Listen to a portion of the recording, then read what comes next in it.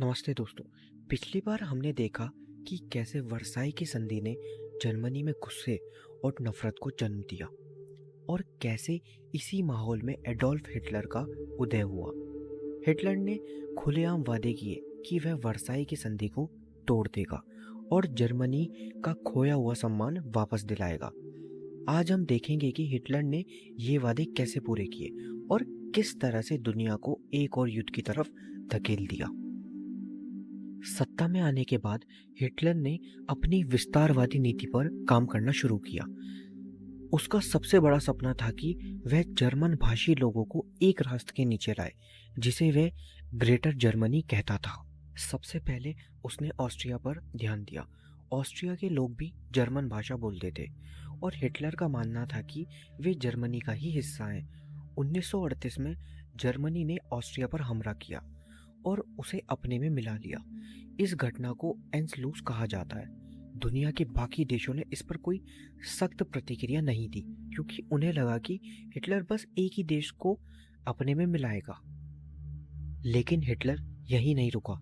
Austria को मिलाने के बाद उसने चेकोस्लोवाकिया के एक हिस्से सुडेटनलैंड पर अपनी नज़र डाली। यहाँ भी जर्मन भाषी लोग रहते थे। ब्रिटेन और फ्रांस को लगा कि हिटलर को रोकने के लिए कुछ करना होगा, लेकिन वे युद्ध नहीं चाहते थे। इसलिए 1938 में म्यूनिख समझौता हुआ।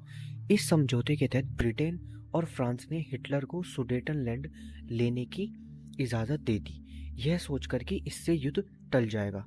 लेकिन यह उनकी सबसे बड़ी गलती थी। इस समझौते ने हिटलर को और भी ज़्यादा लालची बना दिया। म्यूनिख समझौते के कुछ ही महीनों बाद हिटलर ने पूरे चेकोस्लोवाकिया पर कब्जा कर लिया। अब यह साफ हो चुका था कि हिटलर के इरादे सिर्फ ग्रेटर जर्मनी बनाने के नहीं थे, बल्कि वह पूरे यूरोप पर राज करना चाहता था। अब हिटलर ने अपनी अगली चाल चली। उसने पोलैंड पर ध्यान दिया। जर्मनी और सोवियत संघ के बीच पोलैंड ही एक देश था। हिटलर को डर था कि अगर उसने पोलैंड पर हमला किया तो सोवियत संघ उससे नाराज हो जाएगा। इसलिए उसने सोवियत नेता स्टालिन के साथ एक गुप्त समझौता किया, जिसे जर्मन सोवियत अनाक्रमण संधि कहते हैं। इस संधि के तहत दोनों ने वादा किया कि वे एक दूसरे पर हमला नहीं करेंगे और पोलैंड को आपस में बांट लेंगे।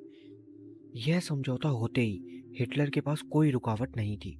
1 सितंबर 1939 को जर्मनी ने पोलैंड पर हमला कर दिया।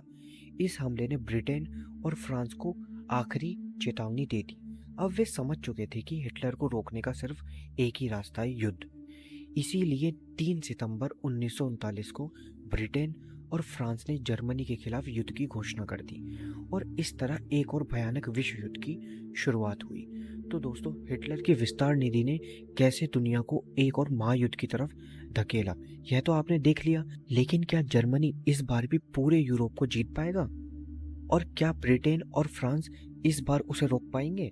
यह सब हम जानेंगे अगले वीडियो में। तब तक के लिए चैनल को सब्सक्राइब जरूर करें ताकि आप आगे की कहानी मिस ना करें। Thank you.